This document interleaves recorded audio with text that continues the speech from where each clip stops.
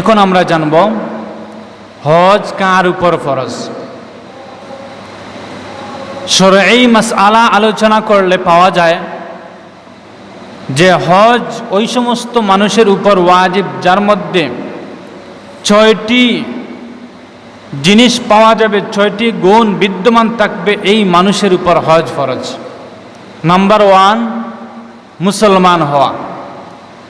যদি কোনো মানুষ মুসলমান হয় আর মুসলমান হওয়ার সাথে সাথে বাকি যেগুলো বিষয় আছে এগুলো তার মধ্যে পাওয়া যায়, তাহলে তার উপর হজ ফরজ। কারণ কোনো কাফিরের উপর হজ ফরজ নয়।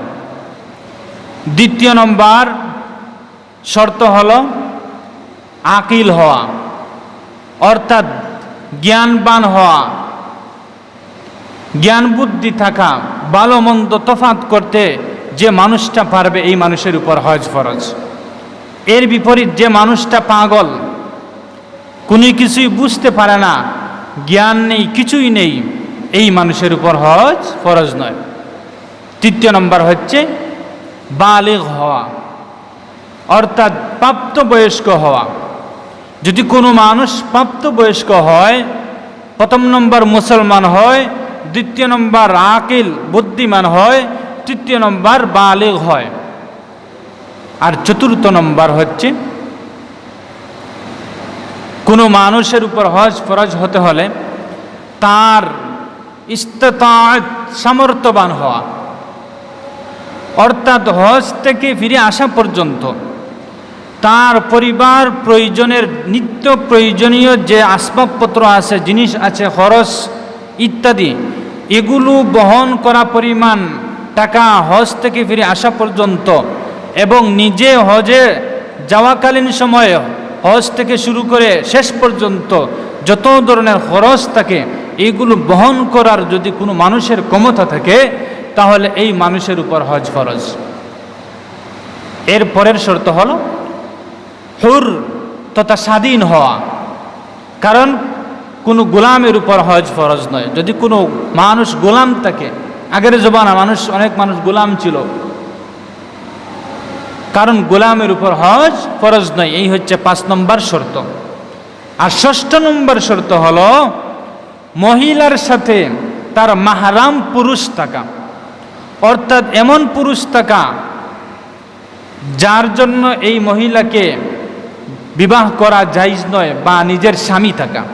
নিজের স্বামী, যদি স্বামী না থাকেন তাহলে এমন পুরুষ থাকা যে পুরুষ তাকে কখনো বিবাহ করতে পারবে না, অর্থাৎ নিজের মাহরাম পুরুষ মহিলার সঙ্গে থাকা।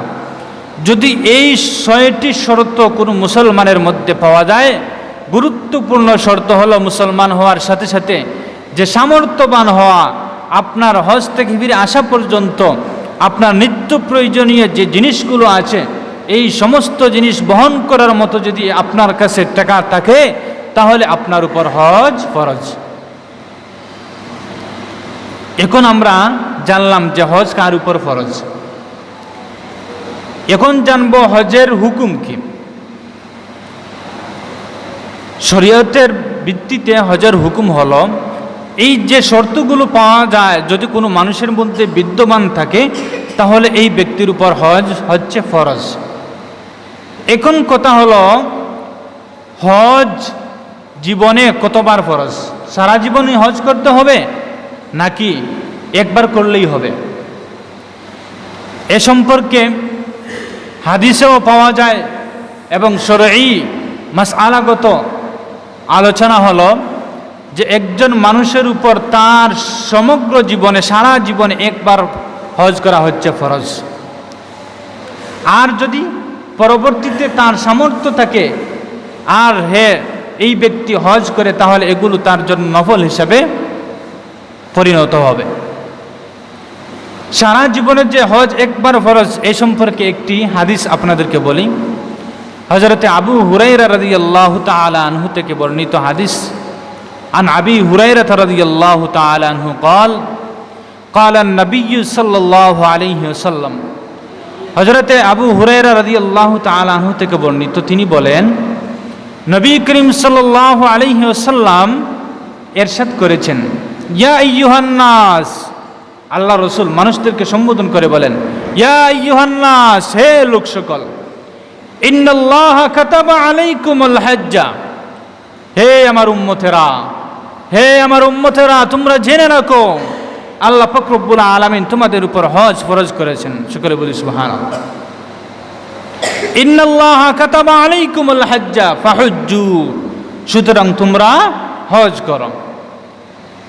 ফাকালা রাজুলুন, আল্লাহ রাসূল সাল্লাল্লাহু আলাইহি সাল্লাম যখন এইভাবে মানুষদেরকে, তার উম্মতদেরকে উপদেশ দিচ্ছিলেন, ইয়া আইয়ুহান নাস ইন্নাল্লাহা কাতাবা আলাইকুমুল হজ, হে লোক সকল, আল্লাহ পাক রব্বুল আলামিন তোমাদের উপর হজ ফরজ করে দিয়েছেন। তখন উপস্থিত লোকদের মধ্যে ফাকালা রাজুলুন, এক ব্যক্তি বলল, আকুল্লা আমিন ইয়া রাসূলুল্লাহ, ওগো আল্লাহর রাসূল, হে নবী, প্রতি বৎসর কি আমাদের উপর হজ ফরজ? প্রতি বৎসর কি হজ করতে হবে? প্রতি বৎসর কি হজ করতে হবে?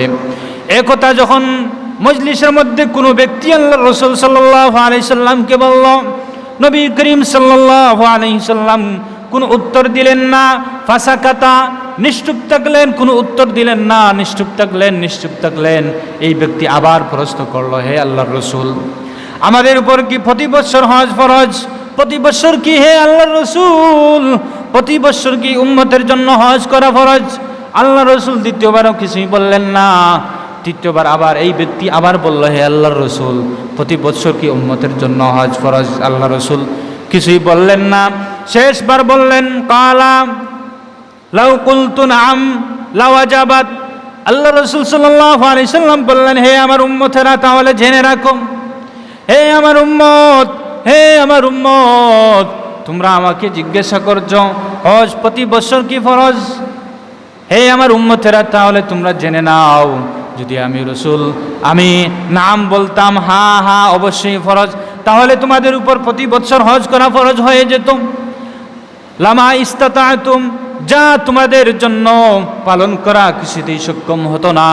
হে আমার উম্মত, হে আমার উম্মতেরা, তোমরা জেনে রাখো, যদি আমি রাসূল নাম বলে দিতাম, হ্যাঁ বলে দিতাম, তাহলে তোমাদের উপর প্রতি বছর হজ ফরজ হয়ে যেত, আর যা আদায় করা তোমাদের জন্য কষ্টকর হয়ে যেত। এই হাদিস থেকে আমরা এই জিনিসটা জানলাম যে নবী করিম সাল্লাল্লাহু আলাইহি সাল্লাম বলেছেন যে উম্মতের জন্য, এই হাদিস থেকে এই জিনিসটা পাওয়া গেল যে জীবনে হজ একবার ফরজ। তাহলে আমরা এই পর্যন্ত জানলাম হজ কাকে বলে, দ্বিতীয় নম্বর হজ কার উপর ফরজ, তৃতীয় নম্বর হলো হজ এর হুকুম কি। তাহলে আমরা জানতে পারলাম যে রাসূল করিম সাল্লাল্লাহু আলাইহি সাল্লাম বলেছেন যে জীবনে একবার হজ ফরজ, যে হজ জীবনে কয়বার করতে হবে, এই জিনিসটা আমরা জানলাম যে জীবনে একবার মানুষের উপর হজ ফরজ। এখন আরেকটি কথা হলো গুরুত্বপূর্ণ আলোচনা, যে হজ ফরজ হওয়ার পর তাখির করা যাবে কিনা, অর্থাৎ দেরি করে আদায় করার কোনো অবকাশ আছে কিনা। এই ব্যাপারে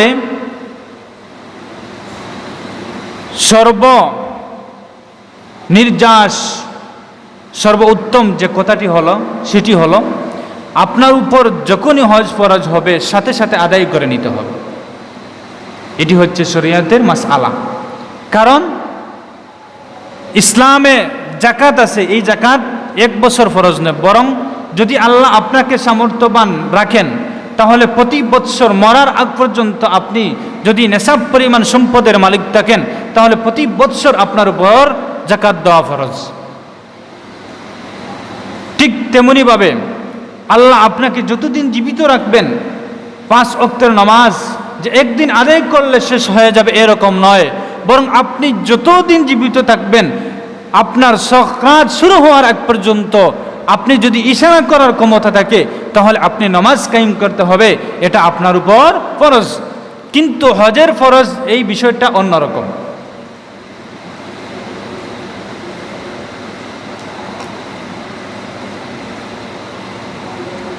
কারণ হজ জীবনে একবার ফরজ।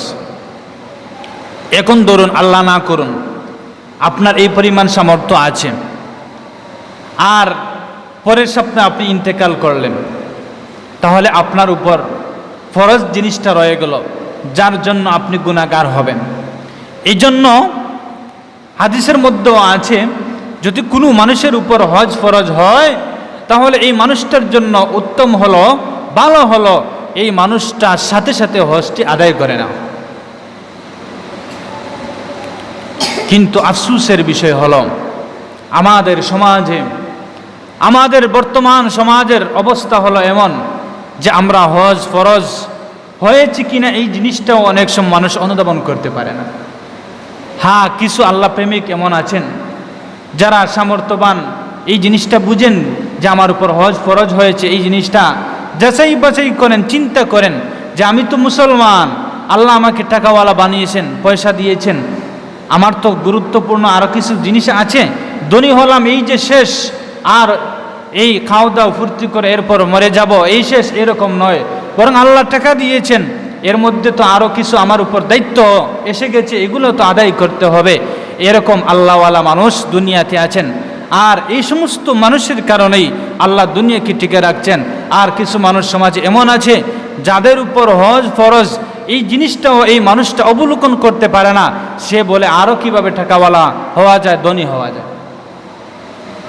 আফসোস এই সমস্ত মানুষের উপর। এজন্য রে বান্দা, আল্লাহ পাক রব্বুল আলামিন এই দুনিয়াতে আপনাকে আমাকে পাঠিয়েছেন একমাত্র আল্লাহ পাক রব্বুল আলামিনের গোলামি করার জন্য, আল্লাহর ইবাদত বন্দেগী করার জন্য, আল্লাহর গোলামি করার জন্য, আল্লাহর উপাসনা করার জন্য। শুধু নামাজ পড়লাম এই যে আল্লাহর গোলামি হয়ে গেলে এরকম নয়, শুধু যাকাত দিলাম, গরিব এতিম অসহায় মানুষকে সহায়তা করলাম, এই আমার দায়িত্ব আদায় হয়ে গেল, আল্লাহর গোলামি করলাম, এরকম নয়। বরং হে বান্দা, আল্লাহ পাক রব্বুল আলামিন আপনাকে মুমিন হিসাবে যত ধরনের আদেশ দিয়ে থাকেন, যত ধরনের হুকুম আপনার উপর আরোপিত হয়েছে, যদি আপনি ওই সমস্ত জিনিসগুলো আদায় করতে পারেন তাহলে আপনি আল্লাহর উপর শুকরিয়া আদায় করলেন। আর আল্লাহ পাক রব্বুল আলামিন তার কালামে হাকিমের মধ্যে ইরশাদ করেছেন, লাইন শাকারতুম লাযিদান্নাকুম ওয়া লাইন কাফারতুম ইন্না আযাবি লাশাদীদ। আমার যে সমস্ত বান্দা, আল্লাহ পাক রব্বুল আলামিন বলেন, আমার যে সমস্ত বান্দা আমার এই সমস্ত নিয়ামত পেয়ে নিয়ামতের শুকরিয়া আদায় করে আমি আল্লাহ তাকে মুসলমান বানিয়েছি, সর্বপ্রথম এই মানুষটা, এই আমার গোলাম এই শুকরিয়া আদায় করে, হে আল্লাহ আপনি আমাকে কাফিরের ঘরে জন্ম না দিয়ে, কাফির খ্রিস্টানের ঘরে জন্ম না দিয়ে আল্লাহ আমাকে মুসলমান বানিয়েছেন, এজন্য আল্লাহ আমি তোমার কাছে চিরকৃতজ্ঞ। হে আল্লাহ আমি তোমার শুকর আদায় করছি।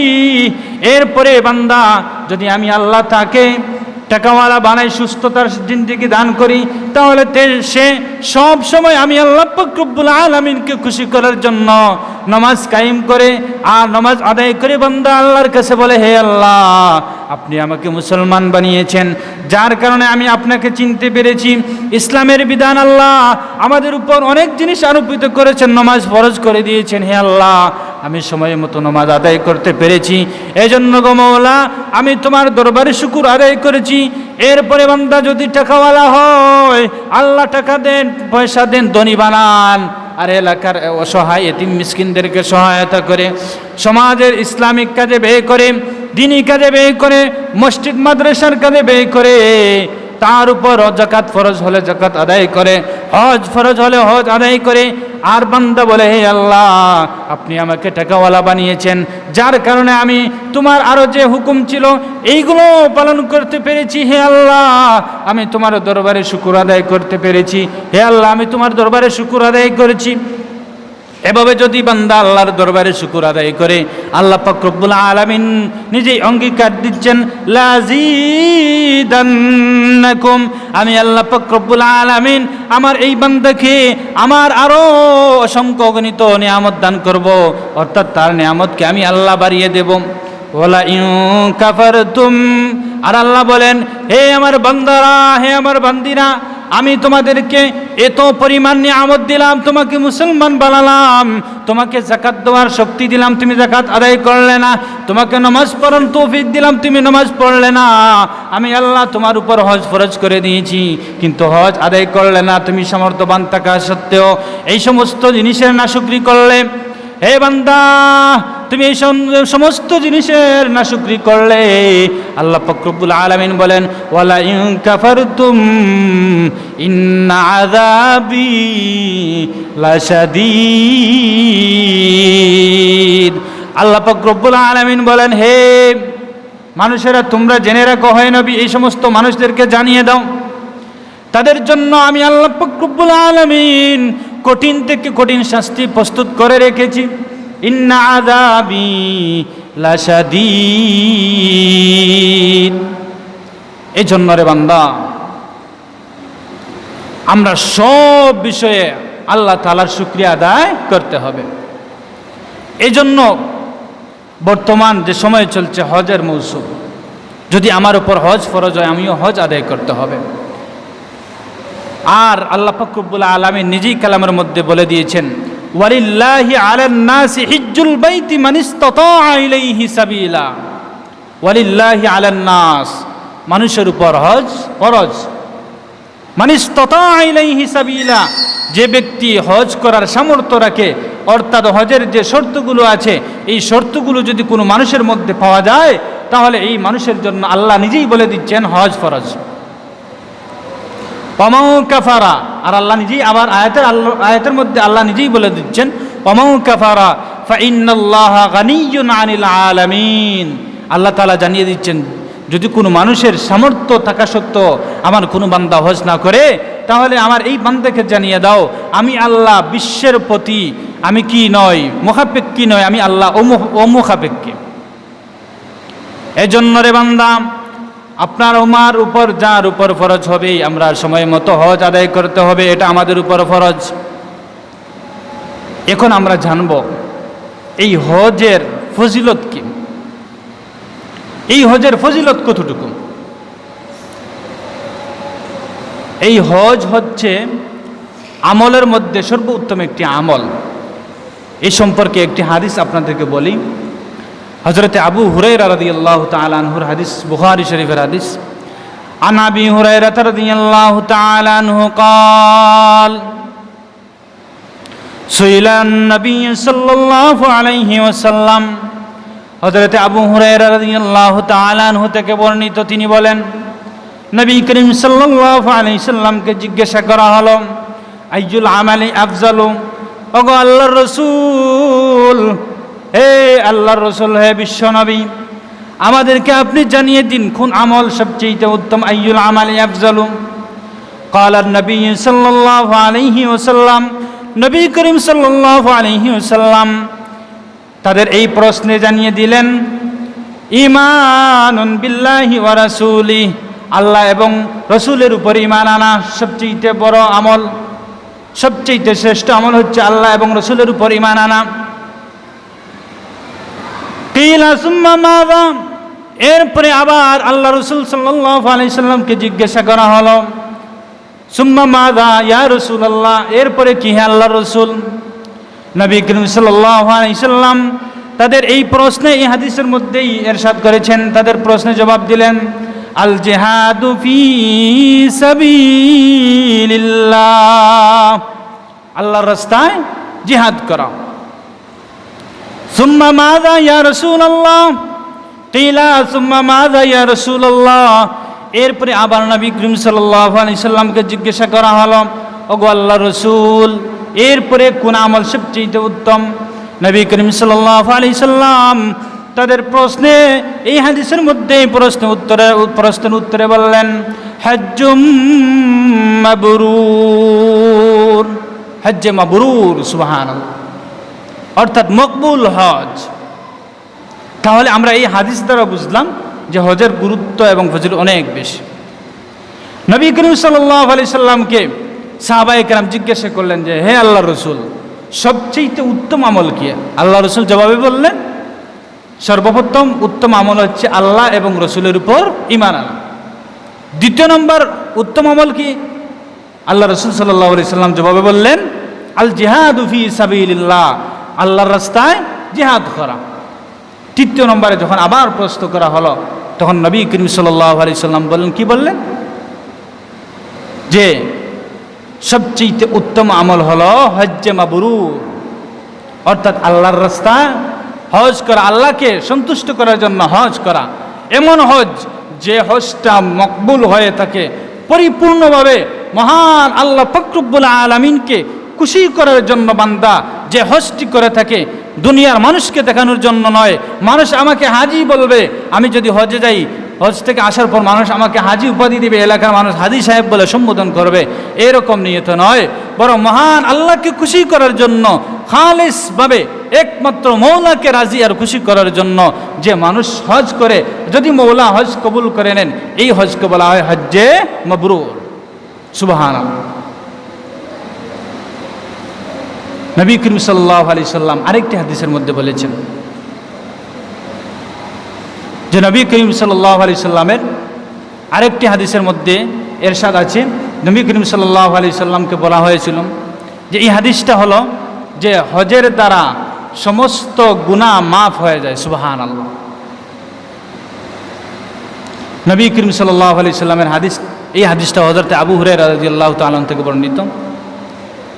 আন আবি হুরায়রা রাদিয়াল্লাহু তাআলা আনহু قال, হযরত আবু হুরায়রা রাদিয়াল্লাহু তাআলা আনহু থেকে বর্ণিত, قال النبي সাল্লাল্লাহু আলাইহি সাল্লাম, নবী করিম সাল্লাল্লাহু আলাইহি সাল্লাম ইরশাদ করেছেন, মান হাজ্জা লিল্লাহ, যে ব্যক্তি আল্লাহকে সন্তুষ্ট করার জন্য, আল্লাহকে রাজি করার জন্য হজ করলো, ওয়ালাম ইয়াফসুক ওয়ালাম ইয়ারফাস, আর এই ব্যক্তি হজের মধ্যে কোনো রকম পাপাচার, কোনো রকম ফিস্ক ও ফুজুরি, কোনো রকম পাপ কাজ, অন্যায়, অবিচার কিছুই যদি এই মানুষটা হজের মধ্যে না করে, অর্থাৎ হজের পূর্ব একটি শর্ত আছে যে আপনি সেখানে গিয়ে কোনো প্রকার জুলুম নির্যাতন করতে পারবেন না, কোনো প্রকার পাপাচারে লিপ্ত হতে পারবেন না, কোনো প্রকার জিনার কাজে লিপ্ত হতে পারবেন না।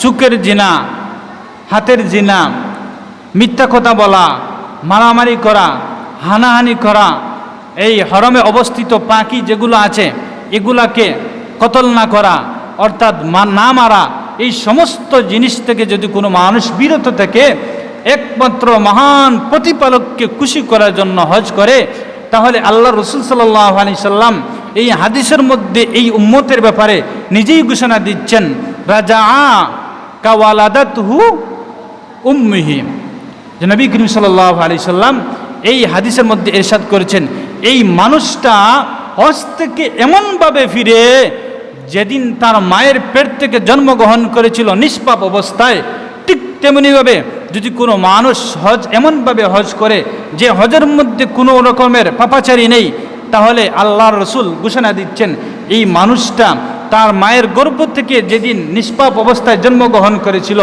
এইভাবে নিষ্পাপ হয়ে এই মানুষটা বাড়িতে ফিরবে। সুবহানাল্লাহ।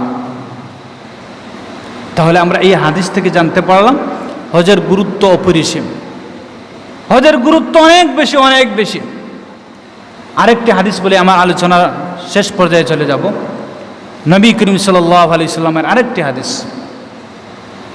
এই হাদিসটি হযরত আবু হুরায়রা থেকে বর্ণিত। আন আবি হুরায়রা রাদিয়াল্লাহু তাআলা আনহু قال, হযরত আবু হুরায়রা রাদিয়াল্লাহু তাআলা আনহু থেকে বর্ণিত, قال النبي صلى الله عليه وسلم, العمرة إلى العمرة كفارة لما بينهما। নবী করিম সাল্লাল্লাহু আলাইহি সাল্লাম হজের গুরুত্ব এবং ফজিলত সম্পর্কে বলতে গিয়ে এই হাদিসের মধ্যে ইরশাদ করছেন, আল্লাহ রাসূল সাল্লাল্লাহু আলাইহি সাল্লাম বলেন যে, হে আমার উম্মতেরা, তোমরা জেনে নাও হজের গুরুত্ব কতটুকু, উমরার ফজিলত কতটুকু, হজের ফজিলত কতটুকু। হে আমার উম্মতেরা, তোমরা জেনে রাখো, যদি কোনো মানুষ উমরা করে, উমরা হজ আদায় করে, তাহলে এই মানুষটা ধরুন এই বছর উমরা আদায় করলো, তাহলে এই বছর থেকে নিয়ে আগামী বছর যদি উমরায় যায়, তাহলে এই মধ্যবর্তী সময়ের যত ধরনের পাপ কাজ হতে পারে, যত ধরনের গুনার কাজ হতে পারে, সমস্ত গুনাহ আল্লাহ পাক রব্বুল আলামিন এই মধ্যবর্তী সময়ের সমস্ত গুনাহকে এই উমরার দ্বারা মাফ করে দেন। সুবহানাল্লাহ। দেখুন এই উমরার কতটুকু ফজিলত। ওয়াল হাজ্জু লাইসা লাহু জাযাউন ইল্লাল জান্নাহ। এই হাদিসের মধ্যে নবী করিম সাল্লাল্লাহু আলাইহি সাল্লাম ইরশাদ করেছেন, আর হজের ফজিলত কতটুকু হে আমার উম্মতেরা তোমরা জেনে রাখো, যদি কোনো মানুষ হজ করে, এই হজের ফজিলত কতটুকু হে আমার উম্মতেরা তোমরা জেনে নাও। যদি কোনো আমার উম্মত একমাত্র তার মহান প্রতিপালক আল্লাহকে খুশি করার জন্য, মৌলাকে খুশি করার জন্য, একমাত্র আল্লাহর রাজি, আল্লাহর সন্তুষ্টি হাসিলের জন্য দুনিয়ার কোনো মানুষ তাকে হাজি বলবে, বাড়িতে আসার পর মানুষ হাজি বলবে, এই জন্য 3 লাখ টাকা 4 লাখ টাকা খরচ করে হজের মধ্যে যায়, আর এই নিয়তটাকে এরকম নয়, বরং মহান আল্লাহ পাক রব্বুল আলামিনকে খুশি করার জন্য আমার যে উম্মত হজ করবে, আর তার নিয়তটা যদি পাকাপুক্ত একমাত্র আল্লাহকে খুশি করার জন্য হয়ে থাকে, তাহলে আমার উম্মত তোমরা জেনে নাও এই মানুষটার প্রতিদান হচ্ছে জান্নাত। সুবহানাল্লাহ। যে হজ যদি মকবুল হজ হয়, তাহলে এই হজের শেষ ফলাফল হলো জান্নাত ছাড়া আর কিছুই নয়। সুবহানাল্লাহ। এই জন্য আল্লাহ পাক রব্বুল আলামিন আমাদেরকে, যাদেরকে আল্লাহ তাআলা হজের তৌফিক দিবেন, আমরা হজ করব। এই হজ অনেক গুরুত্বপূর্ণ, অনেক বরকতওয়ালা। এই হজের প্রেমিক দুনিয়াতে অনেক মানুষ আছেন। অনেক সময় দেখবেন মানুষ, আল্লাহ তাকে টেকা দিয়েছেন, অন্য একজন মানুষ হজে যাওয়ার ইচ্ছা কিন্তু তার সামর্থ্য নেই। এই দুনিয়াতে অনেক আল্লাহওয়ালা মানুষ এরকম আছেন। আপনি যদি আল্লাহ আপনাকে টাকা পয়সা দেন, আপনি হজ করবেন, পারলে আপনার পাড়াপড়শি যদি কোনো মানুষ তার মনের একটি আকাঙ্ক্ষা থাকে যে আমি হজ করব, আর যদি আল্লাহ আপনাকে তৌফিক দেন, তাহলে আপনারা এরকম শরিক হবেন। এই হজের গুরুত্ব এবং ফজিলত অনেক বেশি। আমরা সামর্থ্যবান হলে অন্যকে সুযোগ দেব। উৎসাহমূলক আপনাদেরকে একটি ঘটনা শোনাই। হযরত আব্দুল্লাহ ইবনে মুবারক রহমতুল্লাহি তাআলা আলাইহি, অনেক বড় একজন বুজুর্গ, অনেক বড় একজন ওলি। হযরত আব্দুল্লাহ ইবনে মুবারক রহমতুল্লাহি তাআলা আলাইহি এর একটি ঘটনা বলি। তার অভ্যাস ছিল, যখন হজের মৌসুম আসতো, হজের মৌসুম আসার সাথে সাথে, অর্থাৎ হজের মাসসমূহ যখন আসতো, তিনি তার এলাকার এবং পার্শ্ববর্তী এলাকার মানুষদেরকে আহ্বান করতেন, হে লোক সকল, হে আমার ভাইয়েরা, বন্ধুরা, দুস্থ আহবাব, আপনারা সবাই আমাদের এলাকায় মসজিদে, বা এরকম তার জমানা যে জিনিস ছিল, এইভাবে তাদেরকে আহ্বান করতেন। আহ্বান করে বলতেন, এই বছর কারা হজে যাবে? আব্দুল্লাহ ইবনে মুবারক রহমতুল্লাহি তাআলা আলাইহি এর একটি বৈশিষ্ট্য ছিল, যখন হজের মৌসুম আসত, তিনি তার এলাকার মানুষদেরকে আহ্বান করতেন, এভাবে আহ্বান করতেন, হে আমার ভাইরা, তোমরা এই জায়গায় একত্রিত হও, আমি তোমাদের কাছে একটি এলান করব, এই বছর আপনারা কারা হজে যাবেন? আপনাদের কাদের কাদের ইচ্ছা আছে এই বছর হজে যাওয়ার? আব্দুল্লাহ ইবনে মুবারক রহমতুল্লাহি তাআলা আলাইহি এর বৈশিষ্ট্য ছিল, এইভাবে তার এলাকার মধ্যে আহ্বান করতেন লোকদেরকে জমিয়ে। যে সমস্ত মানুষ এই মজলিসে বলতো আমরা যাব, আব্দুল্লাহ ইবনে মুবারক রহমতুল্লাহি তাআলা আলাইহি তাদেরকে বলতেন, হে ভাইয়েরা, তোমরা যারা এই বছর হজে যাওয়ার ইচ্ছা আছে, তোমরা হজের যে পরিমাণ টাকা লাগবে, এই টাকাগুলো আমার কাছে জমা দিয়ে দাও। আব্দুল্লাহ ইবনে মুবারক একজন বড় পীর ছিলেন, এলাকার আস্থাভাজন মানুষ ছিলেন, মানুষ, সকল মানুষ তাকে মহব্বত করত, পীর হিসাবে মানত, আল্লাহর ওলি হিসাবে মানত। সেই হিসাবেই এলাকার যে সমস্ত মানুষ হজের সামর্থ্য রাখে, সকলেই হজ আসার আগে আগে, হজে যাওয়ার আগে আগে আব্দুল্লাহ ইবনে মুবারক রহমতুল্লাহি তাআলা আলাইহি এর কাছে তাদের হজে যাওয়ার যে পরিমাণ টাকা পয়সা লাগে, এই পরিমাণ টাকা আব্দুল্লাহ ইবনে মুবারক রহমতুল্লাহি তাআলা আলাইহি এর কাছে জমা দিয়ে দিতেন। আব্দুল্লাহ ইবনে মুবারক বলেন, এরপর যখন হজের সময় আসতো, এই সমস্ত মানুষদেরকে নিয়ে তিনি হজে যেতেন। তাদেরকে তাদের পয়সা থেকে খরচ করছেন এই জিনিসটা বুঝাতেন না, বরং বলতেন, হে ভাইয়েরা চলো, হজের সময় হয়ে গেছে, আমরা সবাই একসাথে চলি। এইভাবে আব্দুল্লাহ ইবনে মুবারক রহমতুল্লাহি তাআলা আলাইহি তার এলাকার যে সমস্ত মানুষ তার কাছে টাকা জমা দিয়েছিল হজের জন্য, তাদেরকে হজের উদ্দেশ্যে নিয়ে যেতেন। সেখানে হজের যা যা ব্যবস্থা করা লাগে সমস্ত জিনিস হজের ময়দানে গিয়ে সব কিছু করতেন। তাদের খানাপিনা থেকে শুরু করে সব কিছু তিনি বহন করতেন। অর্থাৎ একজন হাজী সাহেবের যে পরিমাণ ভালো খাবারের প্রয়োজন, আব্দুল্লাহ ইবনে মুবারক রহমতুল্লাহি তাআলা আলাইহি তার এলাকার প্রতিটি হাজী সাহেবের জন্য, হাজীদের জন্য এই পরিমাণ ভালো ভালো খাবারের ব্যবস্থা করে রাখতেন। এমনকি আব্দুল্লাহ ইবনে মুবারক রহমতুল্লাহি তাআলা আলাইহি হজ পালন শেষ করার পর বাড়িতে আসার উদ্দেশ্যে যখন হাজী সাহেবরা রওনা দেন, এই সময় তিনি তার তৌফিক অনুযায়ী সমস্ত হাজী সাহেবদেরকে, হাজীদেরকে ভালো ভালো কিছু হাদিয়া উপঢৌকন দিতেন যাতে তাদের মনে শান্তি আসে। আব্দুল্লাহ ইবনে মুবারক রহমতুল্লাহি তাআলা আলাইহি এই সবগুলো নিজ অর্থায়ন করতেন। আসল যে বিষয়টি সেটি হলো আব্দুল্লাহ ইবনে মুবারক তার মনে এই তমন্না ছিল, আল্লাহ আমাকে সামর্থ্য দিয়েছেন, আল্লাহ আমাকে তৌফিক দিয়েছেন, যদি আমি একজন মানুষের হজের খরচ বহন করতে পারি তাহলে হয়তো এই হাজী সাহেবের দোয়া আল্লাহ তাআলা আমার হজটাও কবুল করে নেবেন। যখন হাজী সাহেবরা বাড়িতে আসতেন, আসার পর আব্দুল্লাহ ইবনে মুবারক এই তার সাথে যে সমস্ত সফর সঙ্গী ছিলেন, হাজী সাহেব ছিলেন, সকলকে একত্রিত করতেন। একত্রিত করে তাদের কাছ থেকে হজে যাওয়ার সময় যে টাকা নিয়েছিলেন এই সবগুলো টাকা দিয়ে দিতেন। সুবহান। আব্দুল্লাহ ইবনে মুবারক রহমতুল্লাহি তাআলা আলাইহি এমন আল্লাহ প্রেমিক ছিলেন, তার মনে একটি ইচ্ছা ছিল যে আমার এলাকার মানুষ আমাকে তারা বিশ্বাস করে, তারা আমার কাছে টাকা জমা দিয়েছে, আমার মনের ইচ্ছা আমি এই সমস্ত ভাইদেরকে হজ করাবো। এই কারণে তিনি তারা যে টাকা পয়সা দিয়েছিল সব টাকা বাড়িতে আসার পর সকলকে ফিরিয়ে দিলেন। সুবহান। এজন্য রে বান্দা, আল্লাহ পাক রব্বুল আলামিন আমাদেরকে যদি এরকম তৌফিক দেন, আমি টাকাওয়ালা হয়েছি, বাইতুল্লাহ জিয়ারত করতে পেরেছি, যদি আল্লাহ আমাকে তৌফিক দেন আর আমার এই পরিমাণ সামর্থ্য থাকে, টাকা থাকে, তাহলে আমার এলাকার যদি কোনো মানুষের মনের একটি তামান্না থেকে হজ করার, উমরা করার, তাহলে আমি এই মানুষটাকে ব্যবস্থা করে দেব। কারণ এই মানুষটাকে যদি আমি ব্যবস্থা করে দেই, এই মানুষটার দিল থেকে যে দোয়া আসবে, এই দোয়াটা একেবারে খালিস নিয়তে দোয়া আসবে, খালিসভাবে দোয়া আসবে, মন থেকে দোয়া আসবে।